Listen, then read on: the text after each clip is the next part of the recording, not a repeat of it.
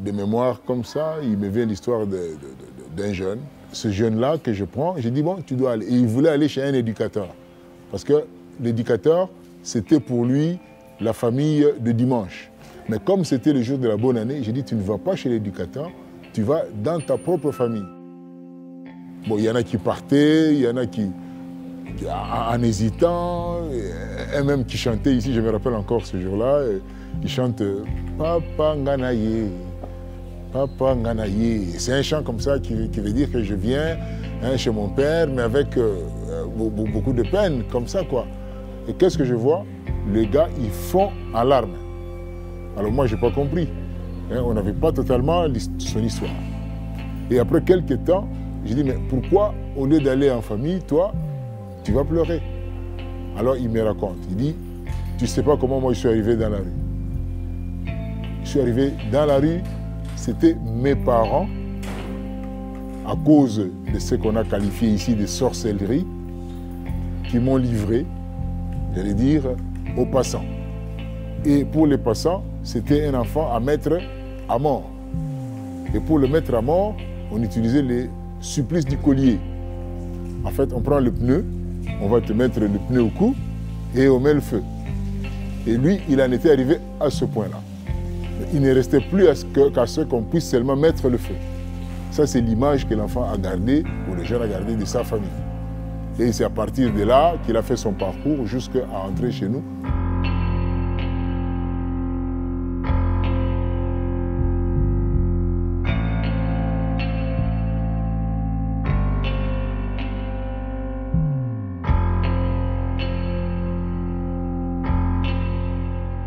Je suis éducateur en temps plein pour le projet pilote de réinsertion des enfants de la rue, appuyé par Louvain Coopération.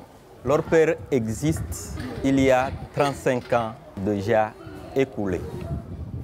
Et elle est née sur demande des enfants de la rue qui venaient chercher abri et protection auprès du révérend Père Franck Roylens. Et ce projet a commencé avec leur père, une œuvre de réclassement et de protection des enfants de la rue. Et c'est ce projet qui est en train de s'étendre au niveau de deux autres structures de la ville de Kinshasa, s'occupant aussi des enfants en situation de rue. Je citais Don Bosco Maison Papi et Ndako Yabiso. Mais nous disons que chaque enfant est un cas. Chaque enfant en situation de rue a son histoire, il a son passé, il a une histoire qui est différente de l'autre enfant. Et il y a des jeunes qui ne savent où aller ou qui sont sans repère.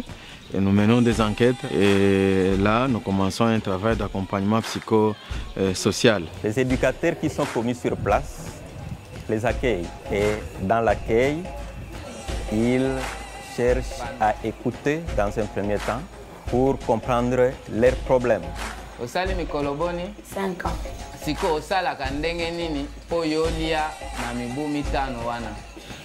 Soki ntango etani nake na maringa nakoti makala nateki nazwi mbongo nasombi elamba soki nasombi eloko ya kolia nasala nini naye nasokoli nalati elamba nasombaki apui nazwi biloko nanga nalie. Bale ma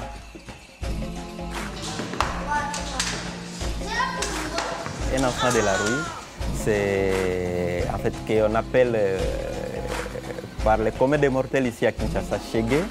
C'est un enfant qui a perdu contact avec sa famille. Il passe des nuits entières dans des endroits publics. Ici, je vois les stades, je vois les marchés, je vois les gares, tous ces endroits. Il commence à passer nuit. Il sillonne les différentes rues pour mendier, juste pour sa survie. Les filles se prostituent pour avoir un peu de l'argent. Et toutes ces situations entraînent des traumatismes, des stress. Et souvent, c'est dans ces états que ces enfants viennent vers nos centres. Soir, nazaka na ndako.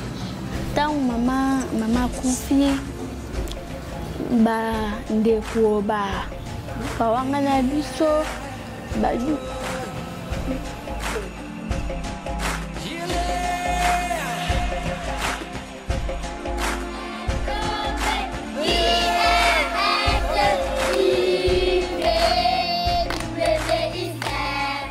enseigner, éduquer, c'est des métiers qui sont très proches.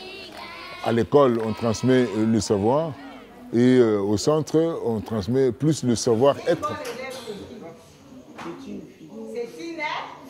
balakisi nga na bandeko na ngai babi bandeko baki olakisa na mpasi ya sokola na sokoli batosoli na bamama balandeli makambo na ngai baatangisa nga mpe baolesa nga mpe makambo nyonso baoki mpe nga bien.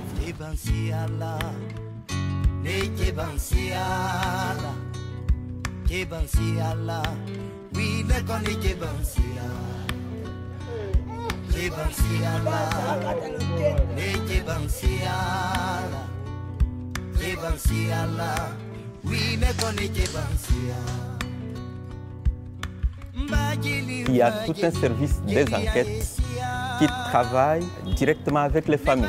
Une fois la famille de l'enfant identifiée, on commence un processus de réconciliation.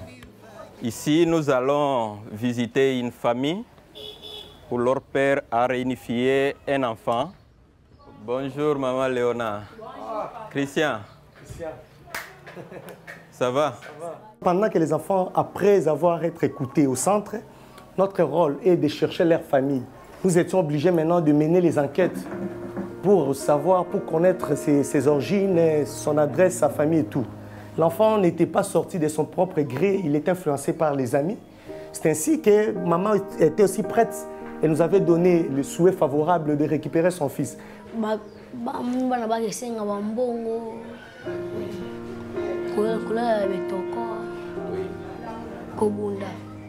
Comme l'enfant s'était d'accord de rentrer à la maison, c'est ainsi que nous avons fait maintenant la réunification. Ensemble avec l'enfant, nous sommes descendus, c'est ainsi que l'enfant est déjà dans sa famille. Oui. Mais il faut se dire que ce n'est pas une chose facile. Ce n'est pas facile. C'est un processus qui peut vous prendre du temps selon les cas. Et aussi selon la cause à la base de la séparation. Le travail que nous faisons, c'est certes, c'est une goutte d'eau dans la mer. Ça veut dire qu'on n'arrive pas. C'est vrai qu'on ramène aujourd'hui 2 enfants en famille, mais demain, c'est 3 autres qui descendent dans la rue.